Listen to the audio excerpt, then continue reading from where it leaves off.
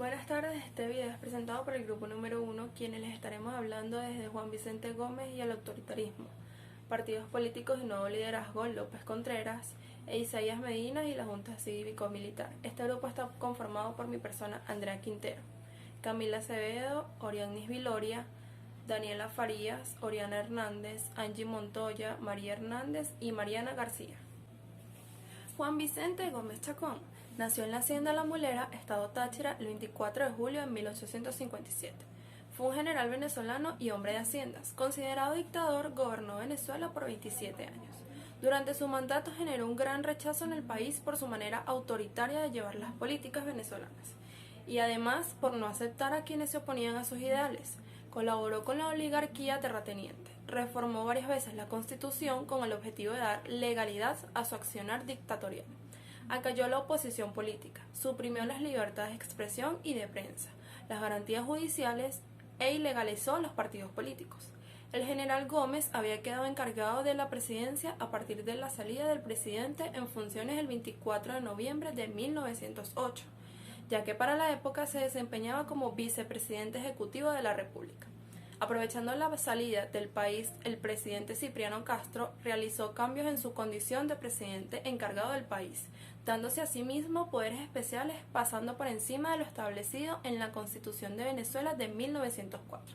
El golpe de Estado del 19 de diciembre de 1908 fue un movimiento dirigido por el general Juan Vicente Gómez en Venezuela, por el medio del cual, en ausencia del presidente Cipriano Castro, Gómez toma el poder y gobierna dictatorialmente desde ese día, ya sea directamente haciéndose elegir por el Congreso o indirectamente a través de gobiernos títeres civiles que lo obedecían. Muere en Maracay, Aragua, 17 de diciembre de 1935. ¿El autoritarismo qué es? El autoritarismo es un sistema de gobierno democrático en el que una persona o élite detenta el poder, en el que los derechos políticos y libertades civiles están completamente restringidas. Es decir, un régimen no democrático en el que el poder se centra en una sola persona. En un sistema autoritario es el dictador el que detenta el poder supremo, pero eso no quiere decir que no tenga ciertos límites como en otros sistemas. El autoritarismo exige generalmente la sumisión a ciega a la autoridad, la erradicación de la elección, acción y opinión. A menudo se logra a través de la coacción o la fuerza. Características. A lo largo de la historia han existido varios gobiernos autoritarios. Todos se pueden distinguir de manera diferente según sus características y rasgos. Estas son: perseguir las ideas de la minoría.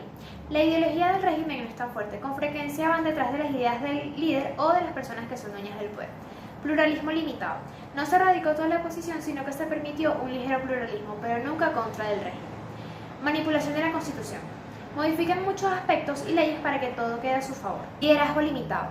El líder o élite no suele ser muy carismático y el poder se desarrolla dentro de unos límites no muy bien definidos, pero sí predecibles.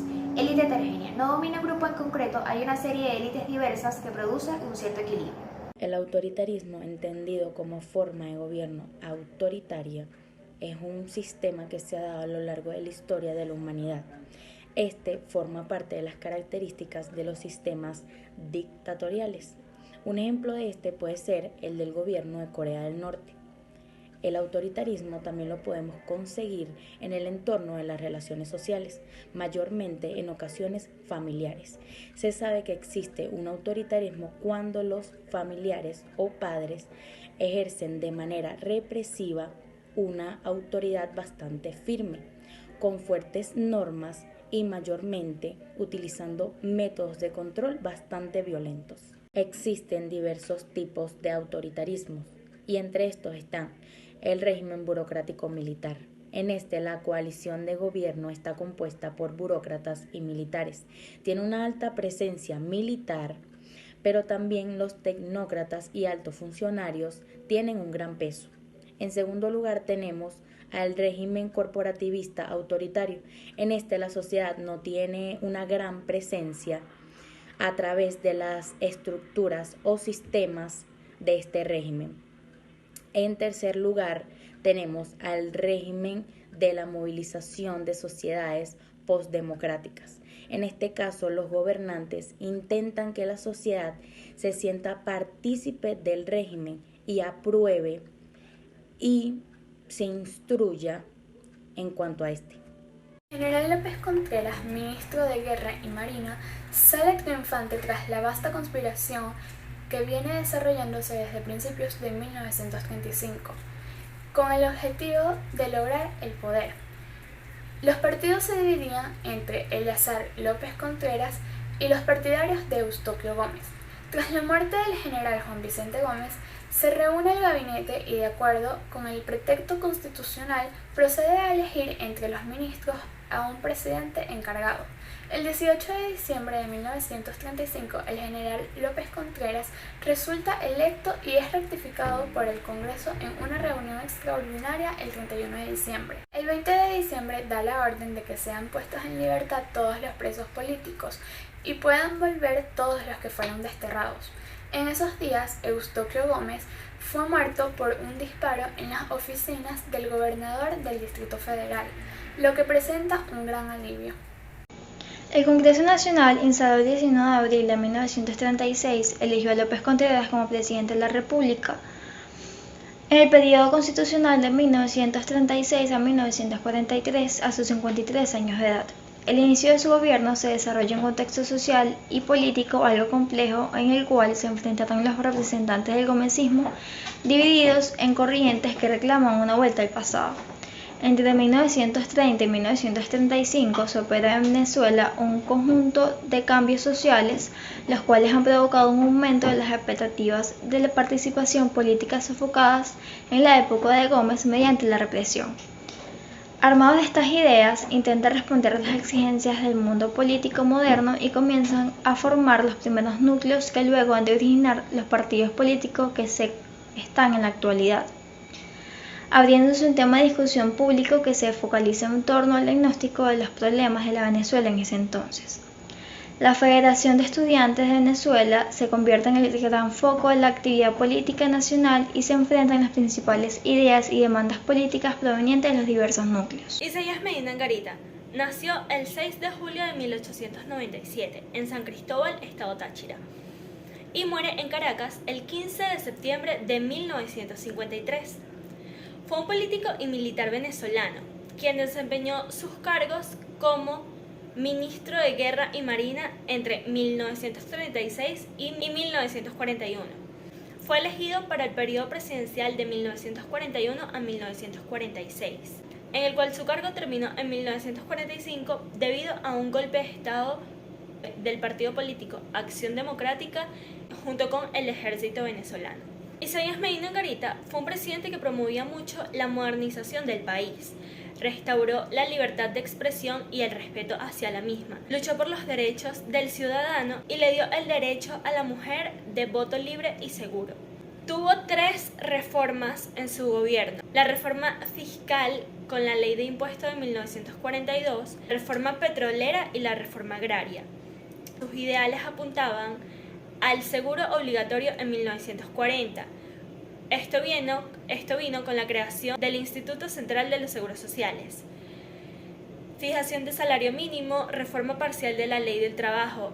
Redujo el analfabetismo en un total del 50% a final de su mandato. Debido a esto, también edificó la ciudad universitaria de Caracas como campo principal para la Universidad Central de Venezuela.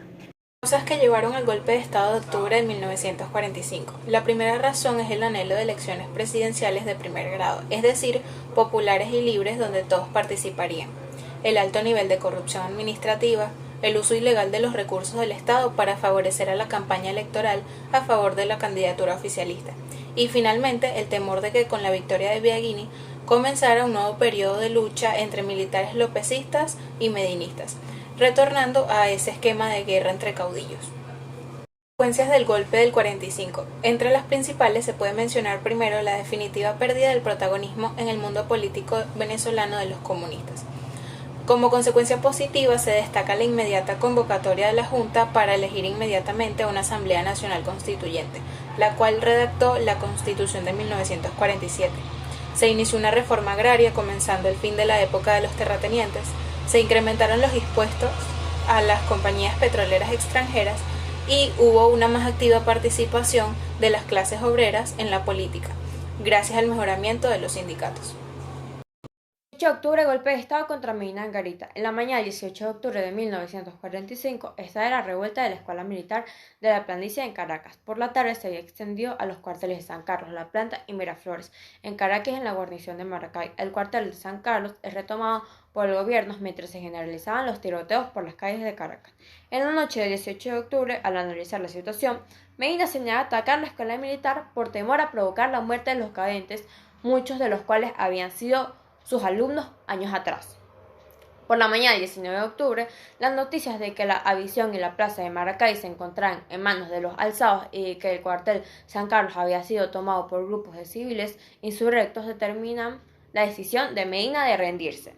Según el autor Omar Gómez, Medina Angarita fue víctima de una insurrección contra un sistema de gobierno que él heredó, democratizó y modernizó. Ningún otro presidente venezolano habría podido repetir desde entonces las palabras que tradicionalmente dirigía Isaías Medina Angarita al Congreso, año tras año, que por su causa no había en Venezuela ni un exiliado, ni un preso político, ni un partido disuelto, ni un periodo clausurado, ni una madre que derramaba lágrimas por la detención de un exilio de un hijo. Gracias por su atención.